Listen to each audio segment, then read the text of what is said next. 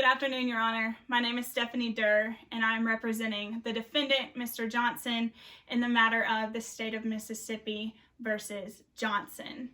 As Your Honor knows, the defendant has been charged with aggravated assault of a public defender, and we are in the closing stages of the trial. Before we proceed, I would like to take up a couple of housekeeping matters. I'm going to assume that the state hasn't done it already, so if they have, I'm sorry. The first housekeeping matter that I would like to address is I would ask for court's indulgence. As you can see, I am not wearing a blazer, and this is not because I want to appear informal in front of the court, but because while we are in quarantine, I do not have a blazer with me. So I'd ask for the court to assume that I'm wearing a constructive blazer and that I'm not trying to be informal. The second matter that I would like to take up, Your Honor, is that I'm going to assume that we have the court's permission to move about the well throughout our closing arguments. As Your Honor is not here to provide us with that permission, again, I'm just going to assume that we have it. Thank you so much for your time. I really appreciate you doing this. And with nothing further from the defense, I'm ready to proceed. May it please the court. Ladies and gentlemen of the jury, you've sat through a long trial, and I want to ask you the question, why are we here? Why are you here? Why are any of us here? As you've heard today, the state and Mr. Walters believe that my client, Mr. Johnson, picked up Mr. Walters' briefcase and assaulted him with it while they were meeting in prison. In prison, where Mr. Johnson was serving his sentence. What did Mr. Johnson have to gain from assaulting his attorney? As the evidence has shown to you today, Mr. Johnson had nothing to gain from this. Ladies and gentlemen,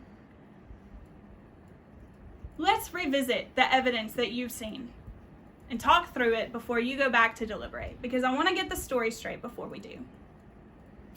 The state presented you two witnesses today, Officer Valentine and Mr. Walters. Let's think about what Officer Valentine said. Officer Valentine got fired from his job at Oktibbeha County Sheriff's Office, and no other sheriff's office would hire him in the state. So he decided to become a corrections officer. Officer Valentine was smoking, taking a smoke break, when he was supposed to be monitoring the prisoners. Officer Valentine had been on the clock for well over 3 shifts. And Officer Valentine didn't want to lose his job. And let's think about the victim. Mr. Walters is a public defender. And as you know, and as the cliche says, public defenders are overworked and underpaid. And we're not here to debate that. But Mr. Walters is searching for answers where he can't find them. Ladies and gentlemen, you will not be able to tell Mr. Walters why he had a seizure that day. We can't know. And Mr. Johnson is never going to be able to offer that answer to him. Mr. Walters is looking for a person to blame. He's looking for a person to answer the question of why. Why are we here? But you can't answer that question, and I can't answer that question. In fact, the only person who can answer that question is Mr. Walters himself. Why didn't he take his medicine that day? Why was he late to court? Why did the judge yell at him? Why did his boss yell at him?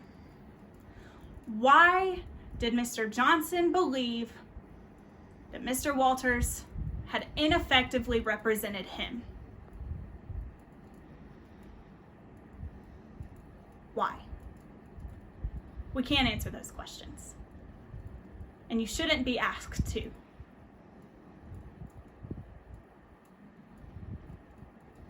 Now today you also heard from Mr. Johnson, the only person who was in the room that remembers what happened.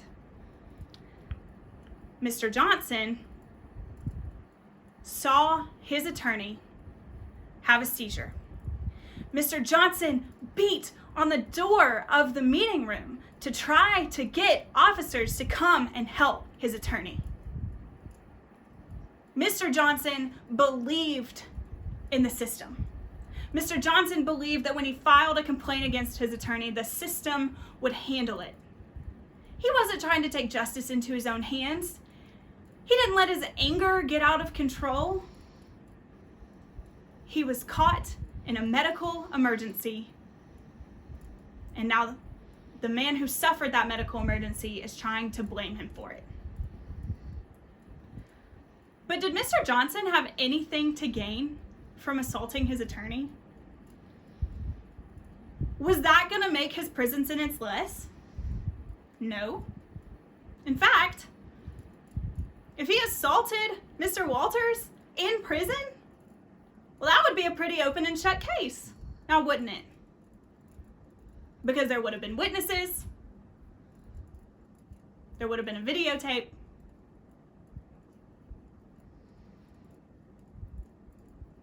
and there would have been a believable story. But because Officer Valentine slacked on the job, because Mr. Walters forgot to take his seizure medicine that morning, we don't have witnesses. We don't have a believable story. What we have is a system trying to push blame onto somebody because of their past errors.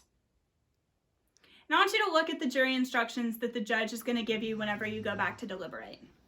Mr. Johnson is a convicted felon, but as we talked about in voir dire, I asked you if you could put your opinions of convicted felons aside and be able to judge this case fairly, to give Mr. Johnson a chance. And that's what you have to do. He's the only one who remembers what happened. He is the only one who remembers what went on in that room. He is the only one who didn't have anything to gain. And that is why the state has not met its burden today to prove to you beyond a reasonable doubt that Mr. Johnson assaulted Mr. Walters. In fact, let's think about the neurologist that you heard testify. The neurologist that said Mr. Walters had a seizure. Did the state present a neurologist? No, they didn't.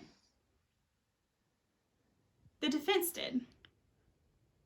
The defense found a doctor. The defense knows what happened. And ladies and gentlemen, you know, your common sense knows that Mr. Johnson didn't do this.